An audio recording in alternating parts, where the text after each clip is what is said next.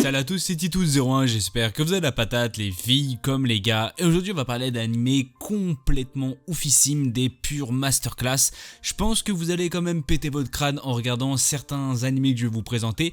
Mais avant ça, n'oubliez pas de liker, c'est-à-dire d'exploser cette barre de like, ça me ferait extrêmement plaisir. De lâcher un petit commentaire, ça fait aussi tout aussi plaisir. Et si bien sûr la chaîne te plaît ou encore la vidéo te plaît, n'hésite surtout pas à la partager. Si bien sûr la chaîne te plaît encore plus, n'hésite surtout pas bien sûr à me suivre dans mon aventure YouTube, c'est-à-dire de tout simplement t'abonner. Dans tous les cas, on va s'attaquer tout de suite sur cette vidéo. Alors on va parler de Isekai wa Smartphone to Tomo ni. On est basé de 12 épisodes après 23 minutes, il est sorti en 2017 et il y a une VF qui est tout simplement sortie en 2019. On est plus sur de l'aventure, de la comédie, de la fantasy, de la romance, de la rêve et bien sûr de la magie. Si vous voulez le voir, il sera disponible sur Crunchyroll. On va parler de Toya Mochizuki qui est accidentellement tué. Pour s'excuser, Dieu l'autorise à revivre dans un monde fantastique en exaucant l'un de ses vœux. Toya décide de garder son téléphone dans ce nouveau monde. Dans sa deuxième vie, il va revenir en aide à beaucoup de personnes importantes et découvrir par hasard le secret de ce monde. Il hérite ainsi de la puissance d'une civilisation antique et voyage en possédant des pouvoirs rivalisant avec les plus grands souverains de cet univers parallèle. Alors, ce qu'il faut savoir, c'est qu'au tout début, on va pas se mentir, comme je l'ai spécifié au début, il y a de la REM. Alors, bon, la REM est bien, c'est-à-dire quand je dis elle est bien, ce n'est pas tout simplement tout l'animé où c'est vraiment focalisé sur la REM, ne vous inquiétez pas. Mais c'est vrai qu'à certains moments ça peut partir un peu en cacahuète, mais ça va pas déstabiliser l'histoire ou encore tout simplement le scénario.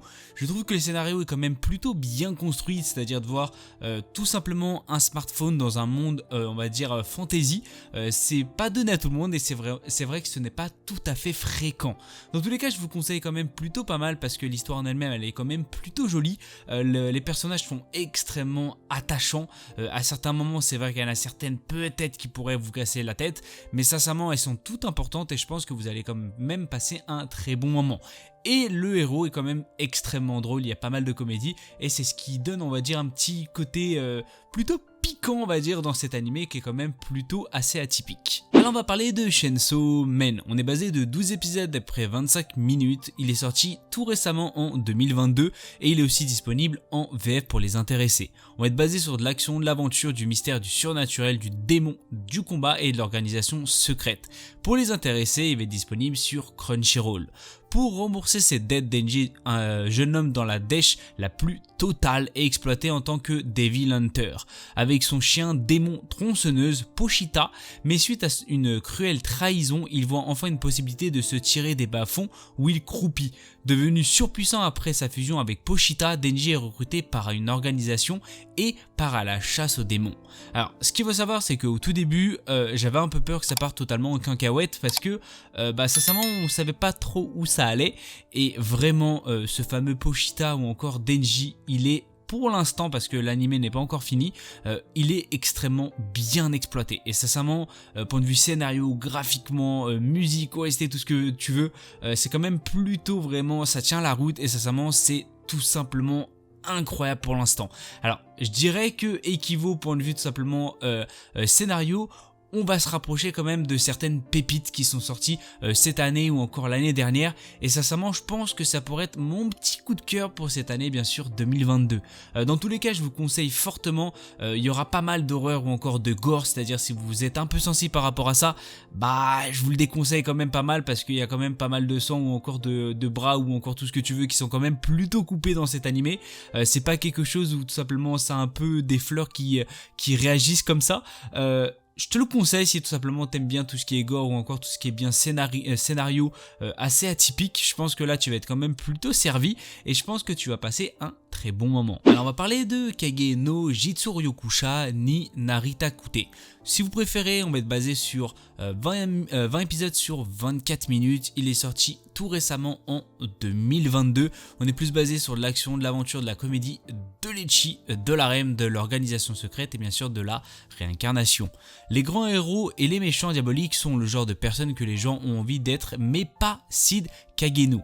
Il aspire à devenir le véritable cerveau derrière tout cela, à tirer les ficelles et à faire en sorte que ses machinations dirigent toute l'histoire.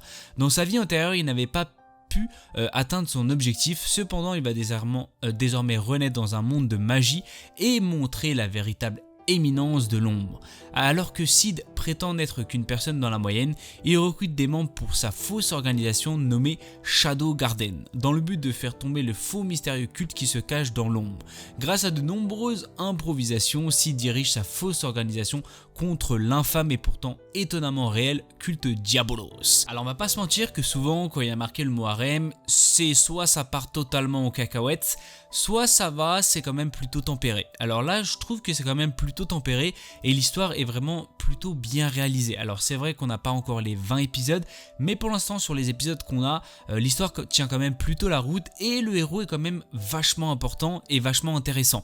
Comme les personnages secondaires ou encore les filles que vous allez bien sûr rencontrer dans l'anime qui sont aussi tout aussi importants.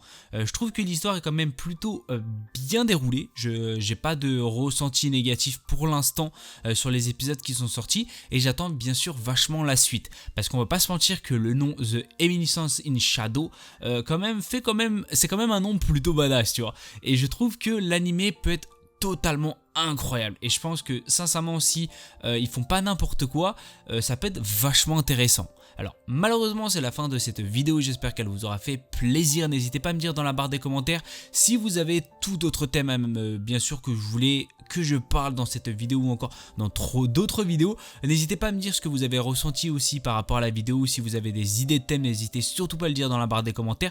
N'hésitez pas à la partager, n'hésitez aussi surtout pas à exploser cette barre de like, ça fait tout aussi plaisir. Et si bien sûr la chaîne te plaît ou encore toute présentation bien sûr d'anime te plaît, n'hésite surtout pas aussi à t'abonner. Sur ce, je fais plein de bisous à tout le monde, c'était Titou. Peace.